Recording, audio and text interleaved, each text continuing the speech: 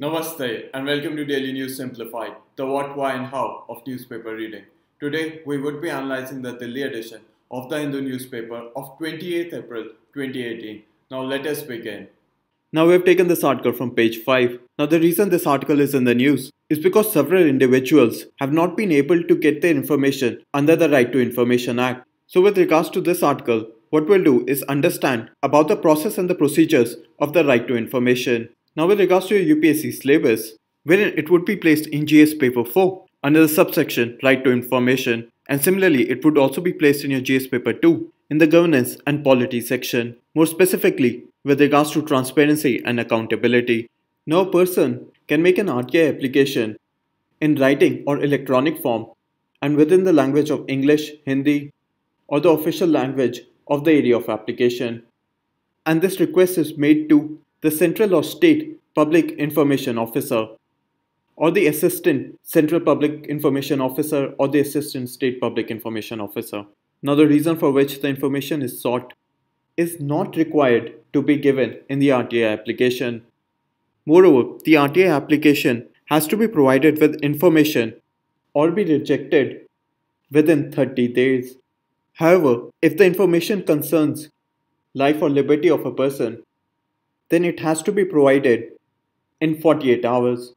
Now hopefully up till here you've understood that a person can make an RTI application request in either writing or electronic form in English, Hindi or the official language where the application is submitted. Moreover, this application is made to the Central or the State Public Information Officer or the Assistant Central or State Public Information Officer. And within this request, the reason for which the information is being sought is not required to be given. And for this RTI application, information has to be provided or be rejected within 30 days. However, if the information concerns life or liberty of a person, the information has to be provided within 48 hours. Now a person can make a first appeal if the decision on the application is not received within 30 days. And if the person is aggrieved by the decision, the person may appeal after 30 days to senior public information officers. However, a person can afterwards also make a second appeal, and it can be made within 90 days from the date when the decision should have been made.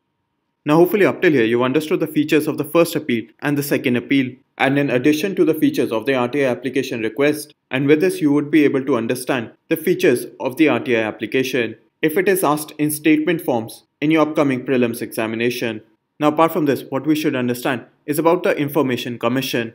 Now it shall be the duty of Central Information Commission or the State Information Commission to receive or inquire into complaints from any person who has been unable to submit their request due to non-appointment of information officer, or if the concerned information officer has refused to accept any application made under the Right to Information Act. Moreover, it would be the duty of the Information Commission to receive or inquire into complaint from any person who has not been given a response to a request for information or access to information within the time limit specified under this Act.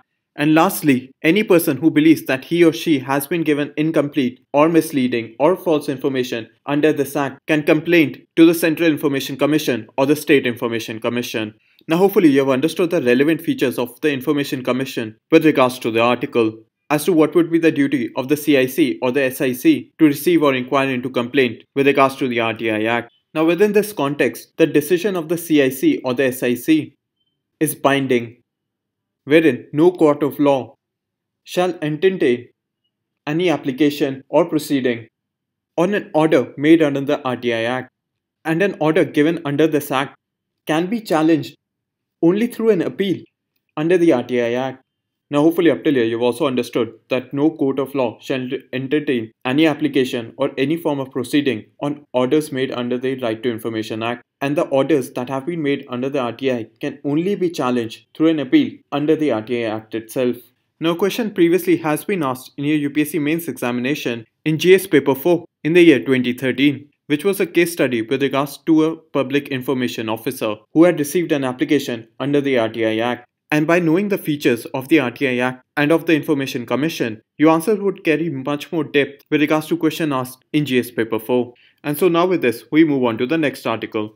Now from the editorial page on page 6, there are two articles on the elevation of Justice K.M. Joseph to the Supreme Court. So what we'll do is understand both of these articles without going into the political context of the elevation of Justice K.M. Joseph. Now the Chief Justice of the Uttarakhand High Court, K.M. Joseph, was recommended to being elevated to a judge of the Supreme Court. However, the central government has objected to this because Justice K.M. Joseph is junior in the All India list of judges, wherein 11 Chief Justices of India have been ranked above him. The second argument given by the central government is that his appointment would augment the imbalance in regional representation, wherein Kerala, the home state of K.M. Joseph, has 4 senior judges of All India level, but however, 2 of them will retire soon. Now hopefully up till here you've understood the context of both the articles, wherein the Chief Justice of the Uttarakhand High Court, K.M. Joseph, has been recommended for elevation to a judge of a Supreme Court, but this recommendation has been objected by the central government on basis of 2 arguments: that Justice K.M. Joseph is junior in the All India list of judges and other Chief Justices of other high courts are ranked above him. And the second argument is that his appointment would augment the imbalance in regional representation, wherein his home state Kerala already has 4 senior judges of All India level, but however 2 of them will retire soon. Now focus of both these articles is that the objection of the central government is flawed. And for this the authors have given 4 reasons. The first one is that seniority is not the sole consideration for elevation to a judge of the Supreme Court. The second reason is that Justice Joseph's recommendation is based on the unanimity and peer review of the collegium system. The third argument given by the author is that merit supersedes representation, wherein the author has said that it is desirable that regional imbalances and underrepresentation are not glaring, but however, regional imbalances cannot be cited as a factor to shoot down the recommendation of a person who is otherwise qualified and validly recommended. And the fourth and the last reason given by the author is that the recommendation follows the guidelines of the third judge's case. Now hopefully up till here you have understood the arguments that have been given by the authors in both these articles, wherein that the objection given by the central government is flawed and for which they have given 4 reasons, wherein the first is the seniority is not a sole consideration for elevation to a Supreme Court judge. The second reason is that recommendation of K.M. Joseph is based on the unanimity and peer review of the collegium system. The third reason is that merit supersedes representation, wherein the author has made the argument that it is desirable that regional imbalances and underrepresentation are not glaring. However, regional imbalance cannot be cited as a factor to shoot down the recommendation of a person who is otherwise qualified and validly recommended. And the fourth and the last reason is that the recommendation follows the guidelines of the third judge's case. Now hopefully you have understood the context of this article. However, this news is currently in transition and we have to wait and see on how this news further evolves. And so now with this, we move on to the next article. Now we have taken this article from the editorial page on page 6. Now the focus of this article is that the rupee has appreciated against most currencies in 2017. But recently, the rupee has started to depreciate, wherein it means that it has fallen in value. Now the reasons given in the editorial is first because of rising oil prices, and the second reason is of the rise in US bond yield, wherein because of both of these reasons, the demand for the US dollar has increased relative to the demand of Indian rupee. Now hopefully up till here you have understood that according to this article, the rupee has appreciated against most currencies in 2017. But recently, the rupee has started to depreciate, meaning fall in value. And this is because of the rising oil prices and the rise in the US bond yields, wherein because of both these reasons, the demand for the US dollar has increased in the international currency markets relative to the Indian rupee. Now the editorial also highlights certain impact of the depreciation in the value of the rupee, wherein the trade deficit of India has increased due to the rise in oil prices and the depreciation in the Indian rupee. And moreover, foreign institutional investors and foreign portfolio investors have declined in India because the rise in the US bond yields, and this is because they have shifted to the United States due to the rise in the US bond yield. And moreover, according to this editorial, there is no indication of future downfall, because the largest oil producer, Saudi Arabia, is eyeing higher prices. The current Iranian crisis has also increased volatility of the oil prices. And the third reason given in this editorial is that the increase in oil prices has been supported by US shale companies. Now hopefully up till here you've also understood the impact of the recent depreciation of the rupee due to the rise in oil prices and the rise in US bond yields, wherein India's trade deficit has increased due to the rise in oil prices and the depreciation of the Indian rupee. And there has been a decline in the foreign institutional investors and the foreign portfolio investors in India as they have shifted to the United States, which has seen a rise in US bond yields. Moreover, the editorial also highlights that there is no indication of future downfall in oil prices, wherein Saudi Arabia is eyeing further increase in oil prices. And secondly, the Iranian crisis has increased the volatility of the oil prices. And lastly, the increase in oil prices is also supported by US shale companies. So hopefully you have understood the cause and impact of the depreciation of the Indian rupee and the rise of the oil prices. Now this editorial and this explanation should be seen with regards to a basic conceptual understanding, since the depreciation of the rupee and the fluctuation in oil prices is very transitionary in nature, and you should have a conceptual understanding of its causes and its impact. And so now with this we move on to the next article. Now we have taken this article from the editorial page on page 6. Now the focus of this article that the Indian Patents Office has been focusing on granting patents quickly and therefore reducing the backlogs of application. Now according to this article, the Indian Patents Office has set an example of having one of the toughest standards in the world to distinguish real innovation from trivial tweaks, and this has been brought about by the introduction of the anti-evergreening provisions in the Patent Act. Now a study has found in the analysis of pharmaceutical patent applications have been operating at an error rate of high as 72%. And this corresponds to all secondary patents granted by the Indian Patents Office. And according to this report, pharmaceutical companies have been misusing the provisions of anti-evergreening, which are section 3D, 3E and 3I of the Patents Act. And they have been able to misuse these provisions by switching from one clause to another.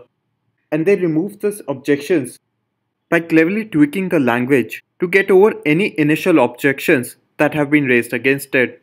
Now hopefully up till here you've understood the focus of the article, wherein according to this article, the Indian Patents Office has been focusing on granting patents quickly and thereby reducing the backlog of applications.